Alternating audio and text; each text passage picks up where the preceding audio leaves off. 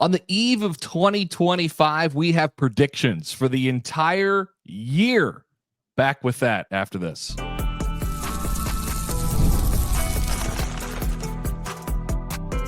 You are Locked On Nebraska, your daily Nebraska Cornhuskers podcast, part of the Locked On Podcast Network, your team every day. All right, good morning, and thank you for making Locked On Nebraska your first listen every day. We are free and available wherever you get your podcasts and on YouTube, part of the Locked On Podcast Network, your team every day. Okay, I am Mitch Sherman from The Athletic. Connor Happer of 1620 The Zone is with me. Welcome into the final Locked On Nebraska episode of 2024. Thank you to all of our listeners, as we just said there a minute ago, but really a heartfelt thanks for listening to us and watching us through all of this year. We started in April, and it's been a great year. Looking forward to 2025. It is New Year's Eve. Fun show planned for you today. We're going to make predictions for the year ahead. So I always offer these up in written form on The Athletic before the calendar flips to 2025. And really, the only thing that I stipulate in this exercise, and Connor, you can follow this rule or guideline, whatever it is, or you can go straight through it and make all the picks about games in the 2025 season that you want. But that's not really what I do. Yeah. I wait until the roster is set, until we get closer to football season to say, all right, Nebraska's going to beat Iowa. Nebraska's going to lose to whatever. So that'll come up later. We've got more general picks and involve all parts of Nebraska athletics, some different sports that we'll cover.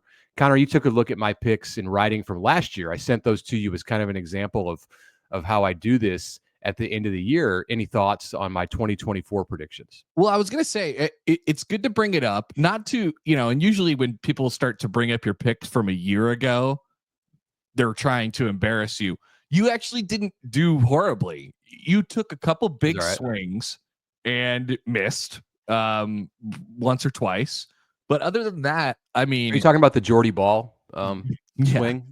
Yeah. Well, but which I mean, I feel like you get like if that's a casino, maybe it happened so early. It happened in like the second inning of the season.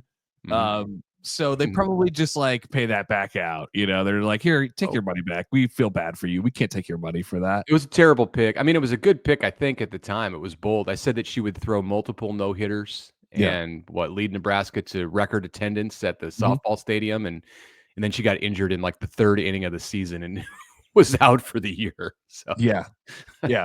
You also you predicted that Dylan Raiola was going to be emerge as the clear number one starting quarterback in the spring.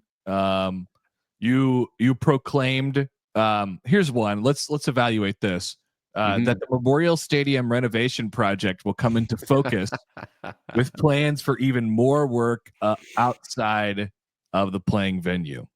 I've been way more accurate if I would have predicted that Trev Alberts was going to bolt in March, and the entire stadium plan was going to go up in smoke until Troy Dannon realized toward the end of the year that it was probably a good idea anyway and put it back on the books in 2025. There's going to be so this is the lesson probably.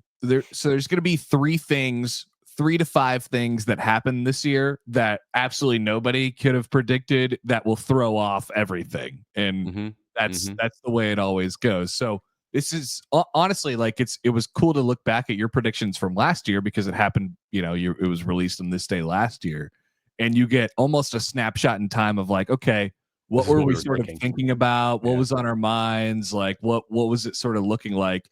But we know that, spring rolls around, it'll feel different, and summer rolls around, it'll feel different, and fall rolls around, it'll feel different. So it's a good snapshot in time for sure. Stuff's going to go off the rails. Like basically the only thing that is that the reality of what happens is likely going to be more chaotic than what you pick, even if you're trying to pick chaotic things. I mean, look in college football at 2024, and just who could have predicted Bill Belichick or Rich Rodriguez going to West Virginia? I mean, I don't think we could have predicted Scott Frost at UCF, but The same principles hold true at Nebraska as far as what you can pick for 2025. So let's get to it. I want you to lead us off and give us your first prediction for 2025. We'll go through about 3 or 4 of these from both of us, and then we'll make our picks for the CFP quarterfinals coming up tonight and tomorrow, and the remaining Big Ten bowl games.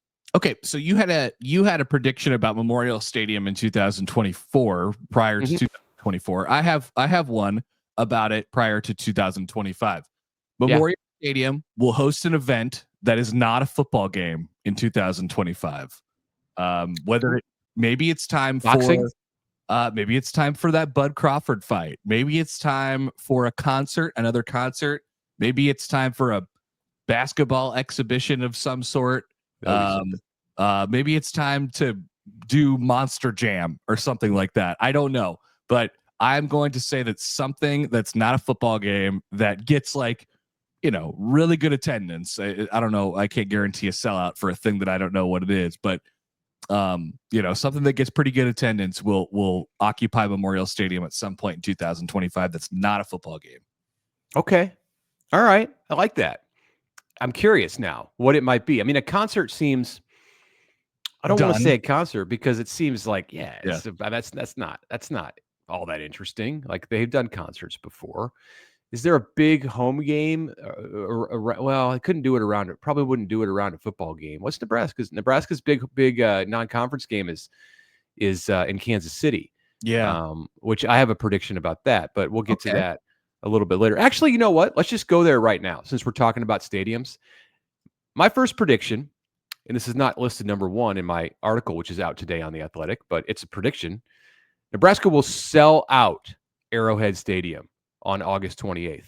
Nebraska and Cincinnati will sell out Arrowhead Stadium, and it will be 90 to 95% Nebraska fans. So Thursday night, it's going to be hot. The Royals are coming into town the next day, so that'll probably bring in an extra 50,000 or so. Nice. They're going to sell it out. Like, it's going to feel like a Chiefs game. The Kansas City mojo that's going on with this football program is going to extend to Arrowhead. Yeah, not this exact prediction, but something surrounding this game kind of crossed my mind as I was putting these predictions together. I was going to say something outlandish about Travis Kelce and Patrick Mahomes and Dylan Raiola. That would have been great. Yeah. Luke Lindenmeyer. But I couldn't. Yeah. Luke Lindenmeyer. I couldn't quite put it all, I couldn't piece it together.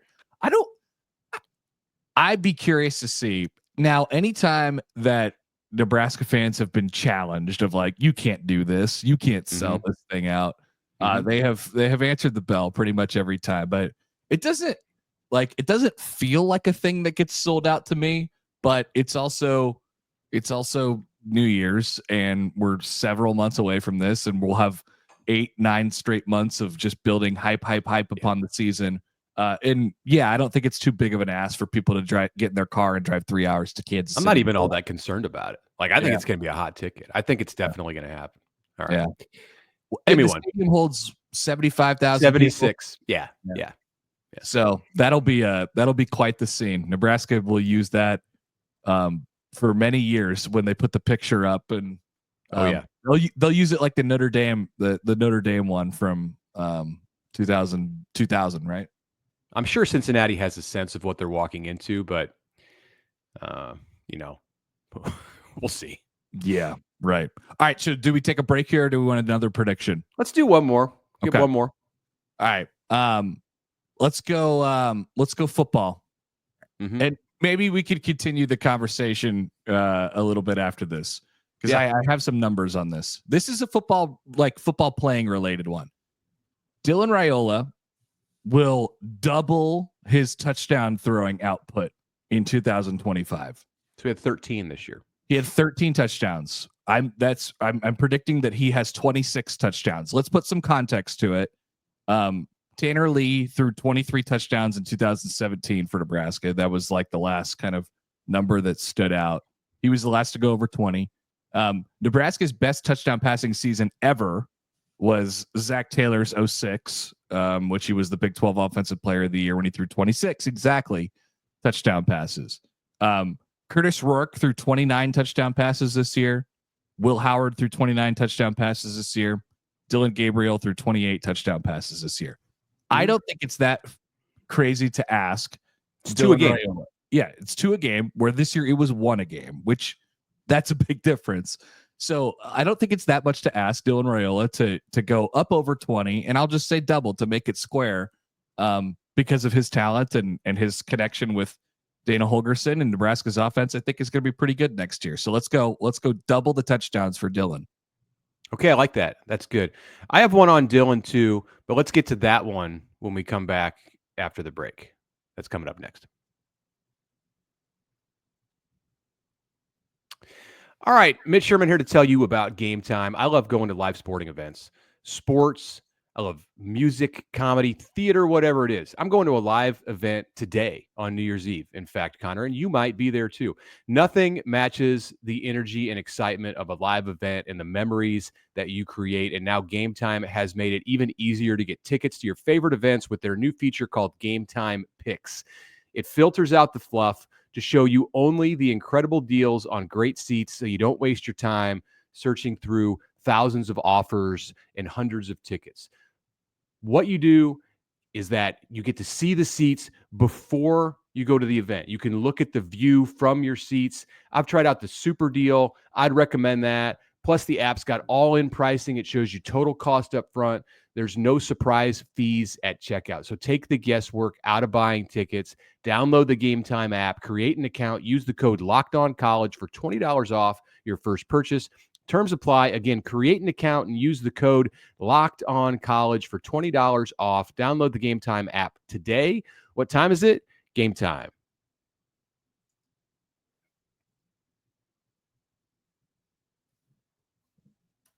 All right, welcome back. Mitch Sherman and Connor Happer with you. Bookmark this episode to throw it back in our faces at various points throughout the calendar year of 2025, because this is our predictions episode. We're trying to go out on at least a little bit of a limb here. Like we're not taking layups.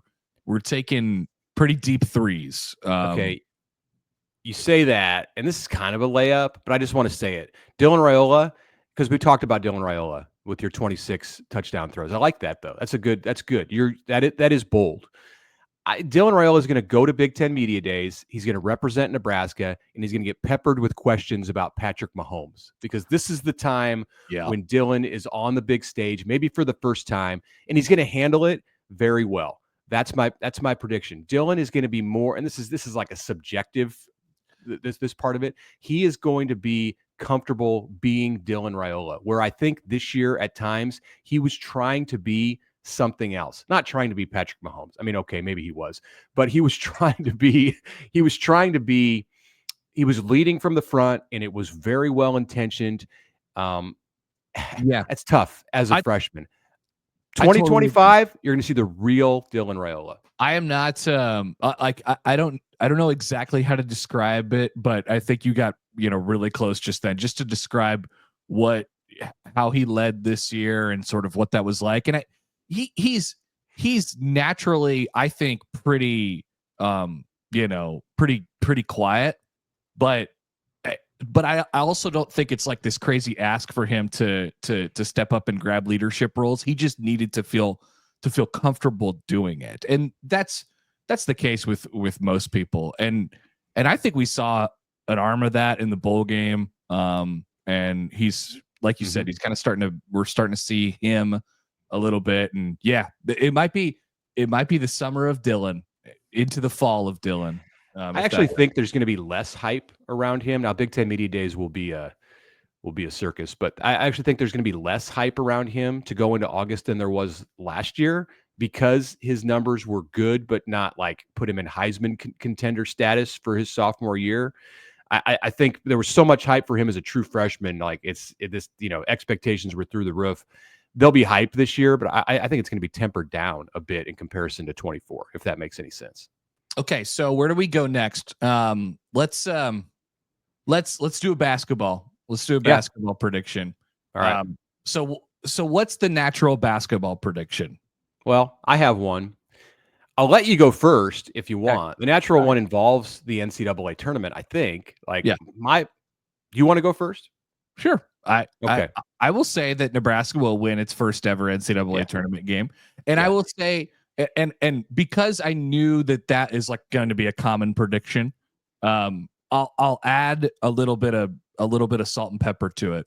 So Good. Nebraska will win its first NCAA tournament game in school history coming up this March, and they'll do it in Raleigh, North Carolina, with loads of Husker fans, of course, and the family and friends of both Bryce Williams and Juwan Gary, who are from the area.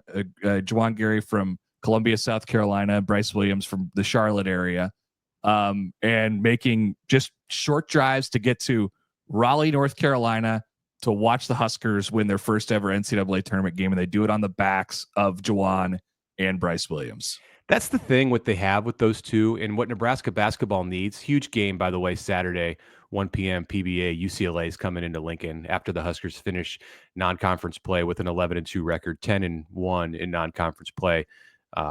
Very good. Nice win over Southern. Connor Esigian had a good game. You saw Gavin Griffiths come in off the bench and play well. Like maybe they get something from him in 2025. But yeah, I mean, the thing with this team is that they need Gary and Williams to stay healthy and stay on track, because they are far and away the catalysts and the leaders for this team. And if something happens to one of those two guys, then all of a sudden the outlook for this team, it's diminished. I also predicted in writing today, it's out on The Athletic, that Nebraska will win its first NCAA tournament basketball game in March. I really like your North Carolina twist to it because of those guys. They are a duo in both choosing to come back when I don't know what it looked like at the end of last year when that roster was turning over. Like it took a leap, and they bet on Fred Hoiberg. And I think that's the thing at this point. Just put your faith in Fred. Like, he is a great coach. All right. Let's just say it. Like, the work he's doing with this team. And that's part of the reason I'm optimistic, because you can see them getting better. And if that continues and you continue to get the kind of growth from guys, the guys in the paint, from Esigian, from, maybe Griffiths is a guy off the bench. There are some others that I'm omitting from this conversation, but if they continue to move in that direction, like, this could be a darn good team in March. Yeah, I think there's like a little bit of a ceiling to them, but winning an NCAA tournament game is not, at all outside of the realm of possibility. By the way, so here are some of the other sites if you're looking ahead for the NCAA tournament first and second round. Lexington, Kentucky, Providence, Rhode Island. Go ahead and don't root for that one. Seattle, don't root for that one either. Wichita, Cleveland, Denver, and Milwaukee, all of which would be drives. Well, not Cleveland, but you could try it. Yeah, I mean, Denver, Nebraska. If they put an NCAA tournament game for Nebraska in Denver, it'd be quite red. Same with Wichita. Yeah, Wichita, obviously. Yeah. All right, so, I got a couple on football that I'm going to just kind of mold together because time is getting a little bit short here. We want to have a moment to speak about bowl games that are coming up this weekend or this week. It's not a weekend. Nebraska in the transfer portal will add multiple offensive linemen with starting experience and a running back between now and, I'm not even going to say January. This could extend into the spring, but those are the priority spots, and Nebraska will accomplish that. And there will be a coaching shakeup still to come. So there's some coaching contracts that expire today on December 31st, 2024. Couple of, maybe even 3 assistant coaches had 2-year deals when this thing started. And I think that will be a precursor to see some things happen, most notably on special teams. I don't know what it's going to be. I don't know if a coach will get fired. I don't know if a coach will get reassigned. Ed Foley is the one that we're referencing here. I don't like to predict that a guy's going to lose his job, so I'm not saying that, but I think there's going to be some change in a coaching shuffle. We can at least go off of history here. We have some precedent now for this. Rule, he's not like a hey, you're fired guy. Usually, he's a we think you have value, but let's reshuffle a little bit, or you could look for a job and like I'm not gonna publicly fire you. Look for a job. You could stay on the staff. We're going to look for your replacement and potentially hire your replacement, but stay here in the meantime and do that kind of thing. So like I think both those things are potentially on the table. But we also know that Rule is not afraid to act, and so I think in this case he will on a few. Yeah, and you said he's not I'm going to fire you guy. My mind immediately went to Evan Cooper, and I thought, well, that's true. That's true. That happened fast. But that's not typical, and that was in July when Nebraska had to act fast. Yeah. No, all right, you got one more before we and I've got one more too before we take a break. Okay, I have one more. This is a bigger picture. Name, image, and likeness. NIL. Oh yeah. Collectives will continue doing exactly what they're doing right now in the year of 2025 with the house settlement and people, student athletes getting paid actually by the university. And what they're doing right now is, of course, not using the money as it was originally intended when NIL came into focus, but instead be used as sort of a free agent money pool to court student athletes. The house settlement won't really settle anything, straighten anything out as far as player movement is concerned. I'm not sure anyone thought it would, but it definitely it definitely won't fix anything. It'll just add another layer to the discussion. Yeah, more money. That's a great prediction, and it's one that's up in the air right now and that people are asking a lot of questions about. On July 1st, revenue sharing kicks in. So if you're a football player in Nebraska, you're going to get a cut from a $14 million pie that Nebraska is going to allocate out of $20 million that it will pay student athletes. Professional athletes at the at the University of Nebraska. So it'll be a good chunk of change for your top players. They're not all. It's not going to be divided among 105 or 100, however many they decide to pay equally. If you're a quarterback or a left tackle, or a shutdown corner, you can get more, and you will get more. And that's the same way that NIL works. And I'm with you. We'll continue to work that way. There's some language in the house settlement that says if you have a deal over $600 in NIL, it's going to have to go through some kind of a clearinghouse and get approved. But what? That's a joke. It will it will never work in the courts. Never. Yeah, I had some conversations with people in the NIL space while I was in New York last week about this very topic, and people are just moving on as if nothing's going to change. Like they're not preparing for this $600 threshold thing. So I'm with you. My last one, Nebraska volleyball will win a national championship in December at T-Mobile Center in Kansas City. Ooh. And it too will be all red. So I think it's going to happen. They've just been on the doorstep, and you could argue this year that Nebraska was a couple of points away from being in great position. Not argue, you could say that Nebraska was a couple of points away against Penn State, had that match in hand, and then Penn State took it. If Nebraska wins that semifinal, I think Nebraska wins the Sunday match also, because Louisville's top player was on the sideline. We saw Penn State win, and that's painful for Nebraska. I think they'll come back motivated. They're going to be led by a great junior class with Harper Murray and Andy Jackson and Bergen Riley, and they're bringing in some fantastic freshmen. Rebecca Alec is a senior. Taylor Lamphere is a senior. This team's loaded. So loaded that John Cook is staying away from the portal. There are great players in the portal, and he's just like, I don't need it. So yeah, national championship number 6 for Nebraska in December. Okay. All right. Those are some predictions that we have for 2025. And we stay predicting things. So let's talk about the college football playoff quarterfinals coming up next. All right, but before that, get ready to take on the NFL action this weekend, Week 18 in the NFL with FanDuel, America's #1 sportsbook. Right now, new customers can bet a $5 bet and get $150 in bonus bets if you win. The FanDuel Sportsbook app gives you everything you need to place. You can place live bets on the NFL if you want, or of course, you could take a look at the futures, overs and unders, player props, anytime touchdown scores. It's all there for you in the FanDuel Sportsbook, so you can either get that hunch in the middle of the game before and predict the next month or so here of the NFL season as we trudge toward the playoff. Just visit FanDuel.com to join today. Once again, you'll get started with $150 in bonus bets if you win your first $5 bet. Head to FanDuel.com today. That's FanDuel, America's #1 sportsbook.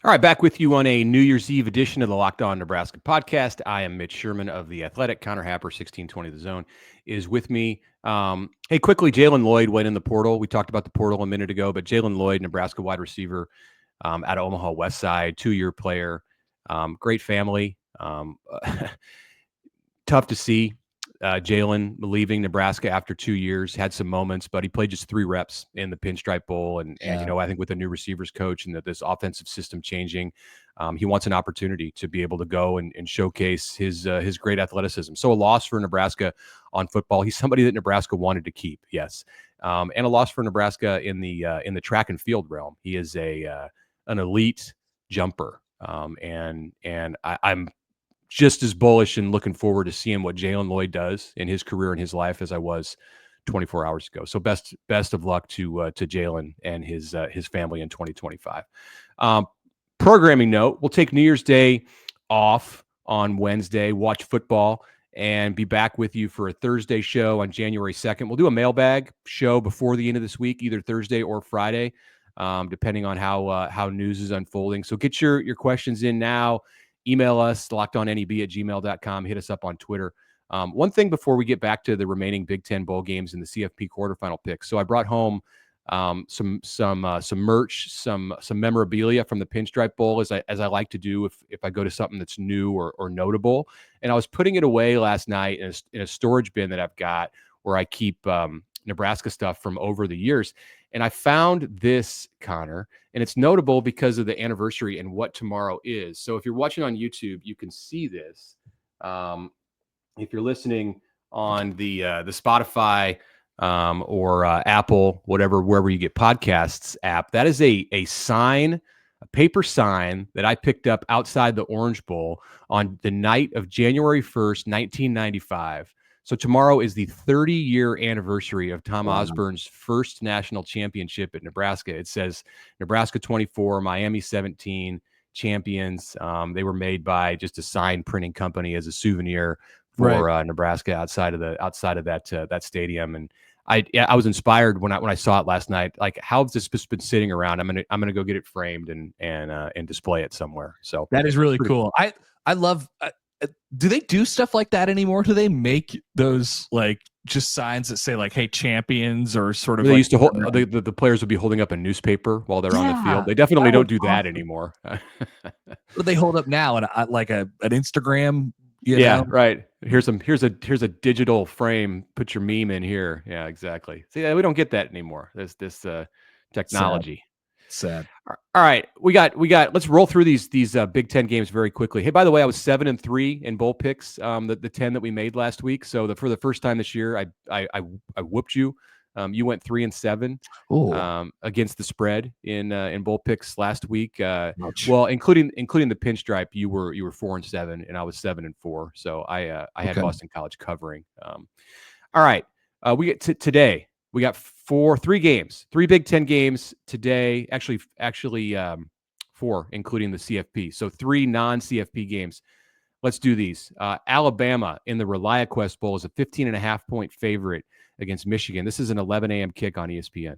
Yeah, it's just like a relatively easy Michigan cover. I mean, Michigan might win, but let's just say Michigan will win. Michigan will win the ReliaQuest Bowl. Good pick. I'll say Michigan covers and does not win. All right, Tony the Tiger Sun Bowl. We go to El Paso. I look forward to seeing some cereal, I think, at this game. Is that what they do? Is this like a Kellogg's thing? I would assume so. Or maybe it's just Tony.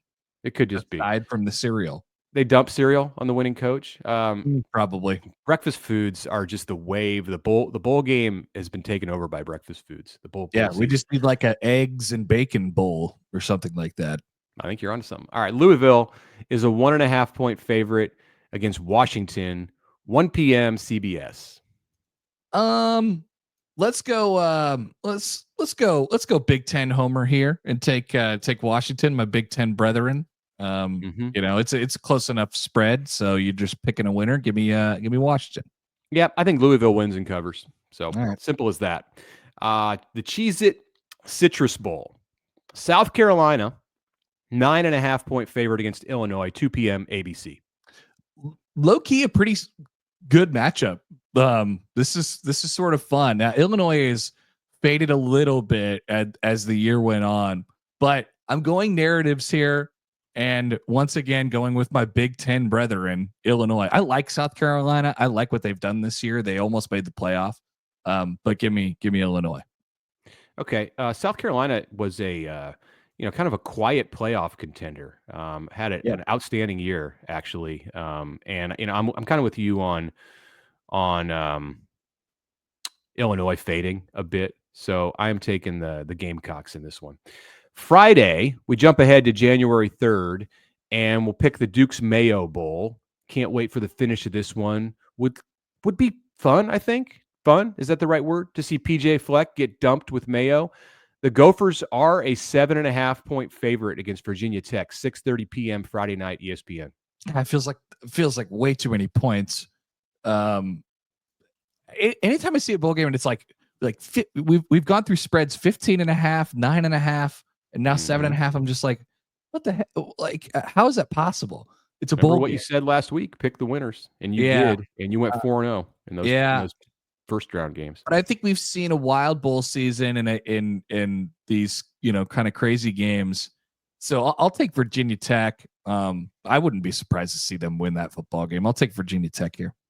Much like South Carolina, not to the level of being a playoff contender, but Minnesota's been a team that's played really well in the second half of the season. At times, there were games where it didn't all come together for the Gophers, but they pushed Penn State and put a hurt on a bad Wisconsin team. So I'm taking Minnesota to win and cover. I'm not thrilled about that half point, but we'll do it. All right, we got a few minutes left. Connor, why don't you introduce these playoff games for us and make me pick first on these? Oh, this is awesome. We have a playoff game tonight in Glendale, Arizona. It is the Fiesta Bowl, home of Boise State's most famous win in school history, and they are in this game again. Penn State is an 11.5-point favorite against Boise State tonight on ESPN. Boise State's going to run a Statue of Liberty play in this game. You have to hook and ladder. You got to do the whole thing. Yeah. 11.5. I'm going to take Boise. I don't think Boise's going to win, but I think Ashton Jenney's going to run for 200 yards or something close to that against a very good Penn State defense. You hear James Franklin the other day said, no. He corrected a reporter who said that Ashton Jenney is one of the best running backs in college football. And Franklin said, no. He's one of the best running backs in college football history. So, and I don't disagree necessarily. Great player, going to have a big game, but not enough. Boise State covers, Penn State wins. I think it takes Jenney a long time to get to 100. If he gets there in this game, give me Penn State. I think they smother Jenney and move on to the semifinal. Okay. Let's go to the noon game tomorrow, New Year's Day. It's in Atlanta. It's the Peach Bowl, I believe, right? It's Texas and Arizona State to start us off. Okay, Cinderella is going to turn into a mouse or a rat, whatever it is that happens at the end of the night. The glass slipper does not fit on the Sun Devils. This is going to be a snooze. I know Texas can get criticized for who it's beaten or not beaten, but I like the Longhorns to win by 30. Wow. I'm picking Arizona State to win this game. I love. You're probably going to be right. Just the way things have gone for me this year. With out of all the predictions that we've made that could come back to bite, you saying this game's going to be a snoozer and Texas is going to win by 30, that has a chance to be really, really funny. And me saying that Arizona State, I think, is going to beat Texas has a chance to be really funny as well. So we're on different sides of this one. Rose Bowl is awesome. All the colors, the sun setting behind the San Gabriel Mountains, and it's Big Ten versus Big Ten. Oregon and Ohio State in the rematch. Wow, you remember the way this game ended in Eugene? Oregon tricked Ohio State into they had a rule change as a result of this when the Ducks put 12 men on the field intentionally and all kinds of shenanigans at the end of that game. I like Ohio State, and I'm just going to stick with your theory to pick the team you think is going to win when the spread's like this. So give me the Buckeyes. I'll lay the 2.5 points. At some point in the last I mean, it's happened over the last 10 days because of Ohio State's win against Tennessee. But I feel like there's been a little bit of an inflated view on the Buckeyes now. I'm going to zag and just go with good old consistent Oregon here. Give me the Ducks to clinch their spot in the semifinal. Okay. And then we finish off with a super intriguing game. We're talking Gunner Stockton in this thing, Notre Dame and Georgia in the Sugar Bowl. Yeah, Notre Dame. Georgia, maybe the most talented team in the country, but it just, for whatever reason, hasn't clicked like a vintage Georgia team. And I think Notre Dame take that Northern Illinois anomaly out of things, and it has been vintage Notre Dame. Notre Dame is very, very good. Yeah, that's what I'll say, and I think Notre Dame finds a way to get this done. And yeah, they're playing really well. 1.5. Yeah, I'm with you. This is the one game out of all of them that we agree on. I'm taking Notre Dame in this one. That's right. And, yeah, I mean, we picked 8 games and we only had the same pick once, and it was on that one. So also Michigan. Oh, that's right. Naturally, that'll be the one that Georgia wins, probably going away or something like that. All right, thanks for sticking with us through this long episode. Appreciate you making Locked On Nebraska your first listen today. For your second listen, go check out the Big Ten, the Locked On Big Ten podcast. Lots to discuss for Craig this week as all kinds of Big Ten teams are playing in bowl games and in college football playoff quarterfinals. There's guaranteed to be at least one Big Ten team in the college football semifinal game. Craig puts the Big Ten first. Find Locked On Big Ten on YouTube or wherever you listen to podcasts.